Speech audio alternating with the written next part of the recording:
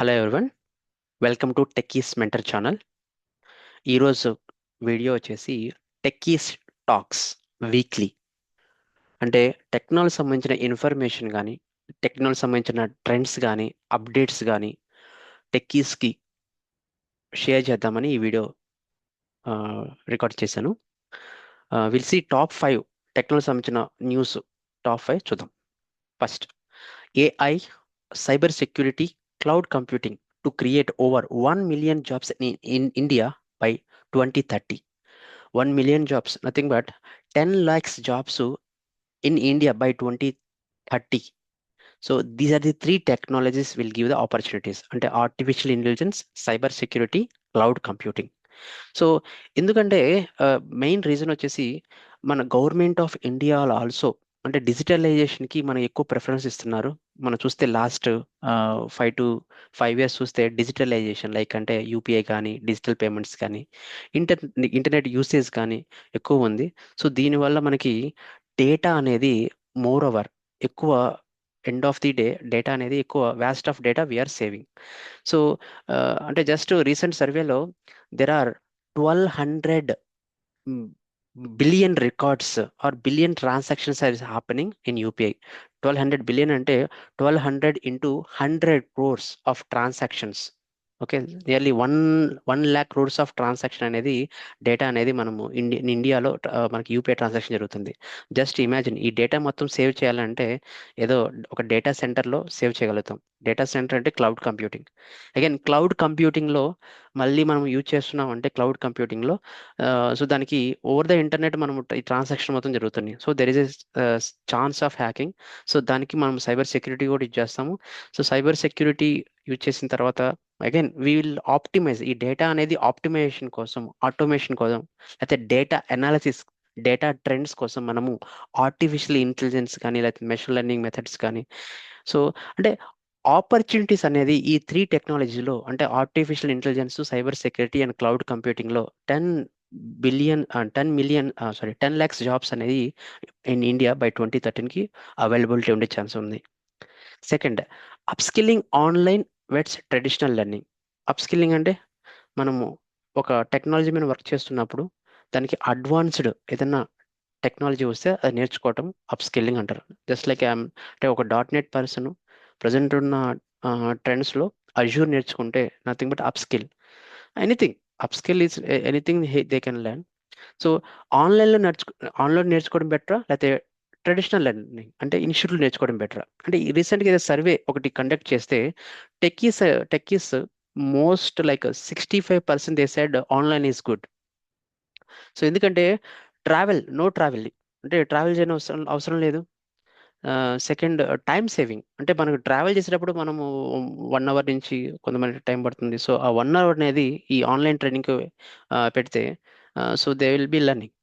And ఫిజికల్గా మనం కూడా మనము అంటే ట్రావెల్ చేయడం, ఫిజికల్గా మనం కొద్దిగా ఒకసారి నుంచి ఒకసారి ట్రావెల్ చేయడానికి, ఇన్స్టిట్యూట్ ట్రావెల్ చేయడం కంటే ట్రావెల్ చేసినప్పుడు మనము ఫిజికల్ కూడా కొద్దిగా వీక్ అవుతూ ఉంటారంట. Next, like anywhere we can learn anywhere. అంటే మనం ఒక బీటెక్ పాస్ అయిన అతను కూడా, లేకపోతే ఒక టెక్నాలజీ ఎవరైనా నేర్చుకోవాలన్నా కూడా అంటే మన ఇంట్లో నుంచి నేర్చుకోవచ్చు, లేకపోతే బయట నుంచి ఎక్కడైనా, if you go outside also somewhere in, okay, you can learn anywhere. అంటే ఇంటర్నెట్ ఉంటే ఎక్కడి నుంచైనా లెర్న్ చేసుకోవచ్చు. ఓకే, సో అందువల్ల most of the techies are preferring online training. And traditional learning is also good, ఎందుకంటే మనకి concentration అనేది ఎక్కువ ఉన్నది ట్రెడిషనల్ లెర్నింగ్. ఎందుకంటే మనం ఇన్స్టిట్యూట్లోకి వెళ్తాము, ఒక రూమ్లో కూర్చుంటాం, ట్రైనర్ చెప్పేది మనం కాన్సన్ట్రేట్గా ఉంటాం. సెకండ్ థింగ్ ఈజ్ డౌట్స్ ఏదైనా ఉన్నా కూడా క్లారిఫై చేసుకోవటం కూడా. సో ట్రైనర్ అక్కడే ఉంటాడు కాబట్టి సో మనం ఈజీగా చేసుకోవచ్చు. But chance is like online అనేది ఎక్కువ యూజ్ చేస్తున్నారు బికాస్ ఆఫ్ ది టైం, అంటే ట్రావెల్ చేయటము లేదా టైం సేవ్ చేయడం, anywhere in the we can connect. So third one, 2025 techies career trends. అంటే వర్క్ ఫ్రమ్ హోమా, హైబ్రిడా, బ్యాక్ టు ఆఫీసా? Again there is a survey.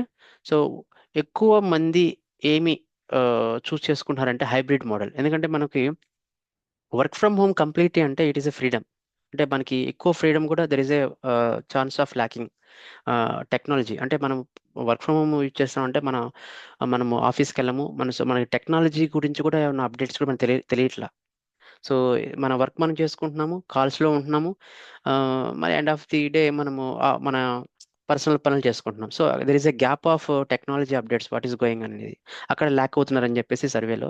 Second is hybrid is actually it is good actually now days, ఎందుకంటే work life balance అనేది hybrid మోడల్లో మనకు ఆఫీస్కి వెళ్తున్నాం, అట్ ద సేమ్ టైం మనము లైక్ మనం కొద్దిగా టైం కూడా ఇంటి దగ్గర ఉంటాం కాబట్టి అట్లీస్ట్ వీక్లీ థ్రైస్ వీఆర్ వెళ్తున్నాము, 2 days మన వర్క్ ఫ్రమ్ చేస్తున్నాం కాబట్టి so the work life balance అనేది మన పర్సనల్ వర్క్లు కూడా చేసుకోవచ్చు, ఆఫీస్ వర్క్ కూడా చేసుకోవచ్చు. సో టెక్నాలజీ పరంగా కూడా మన అప్డేట్స్ జరుగుతుంది ఇక్కడ, ఎందుకంటే మనం ఆఫీస్కి వెళ్తున్నాం కాబట్టి వాట్ ఈస్ గోయింగ్ అవుట్స్ అని మనకు తెలుస్తూ ఉంది.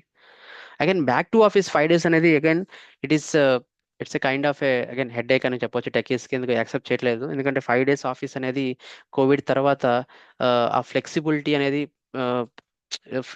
పోతుందని చెప్పేసి ఫీల్ అవుతున్నారు. అంటే ఆ వర్క్ లైఫ్ బ్యాలెన్స్ ఏదైతుందో అది అది పోతుందని చెప్పి ఫీల్ అవుతున్నారు. ట్రావెల్ కూడా ఈ ట్రావెల్ చేసేటప్పుడు కూడా ఫిజికల్ కొద్దిగా ప్రాబ్లం అవుతుందని చెప్పుకుంటున్నారు. So yeah, so but people are choosing hybrid model in 2025 as a career trends, whatever we see that. And why upskilling with AI tools crucial for a developer in 2025? So recent recent అంటే నేను చూసిన దాంట్లో multiple అంటే social మీడియాలో కానీ లేకపోతే సైట్స్లో చూసిన ఏంటంటే డెవలపర్స్ అనేవాళ్ళు ఏఐ టూల్స్ మీద వాళ్ళు అప్స్కిల్ కావాలి. ఎందుకంటే అంటే ఆర్టిఫిషియల్ ఇంటెలిజెన్స్ నేర్చుకోమని చెప్పట్లేదు, ఆర్టిఫిషియల్ ఇంటెలిజెన్స్ సంబంధించిన టూల్స్ అనేవి నేర్చుకోమని చెప్తున్నారు. ఎందుకంటే ఒక డెవలపర్ అనేవాళ్ళు కోడ్ రాయాలన్నప్పుడు సో ఇంత ముందు మనం వచ్చేసి మన ఓన్గా రాయటం లేకపోతే గూగుల్ రెఫరెన్స్ తీసుకొని రాయటం అనేది జరుగుతూ ఉండేది. బట్ ఇప్పుడు ఏంటంటే మనకి ఏఐ టూల్స్ వచ్చినందువల్ల మనం ఏదైనా ఒకటి I want to right A calculator సంబంధించిన ఒక ప్రోగ్రామ్ కావాలి అని అడిగితే ఏఐని, సో ఆటోమేటిక్ ఎవ్రీథింగ్ అంటే స్క్రాచ్ నుంచి బాటం వరకు మొత్తం విత్ బగ్ ఫ్రీ కోడ్ మనకి ఏఐ టూల్స్ ఇస్తూ ఉన్నాయి.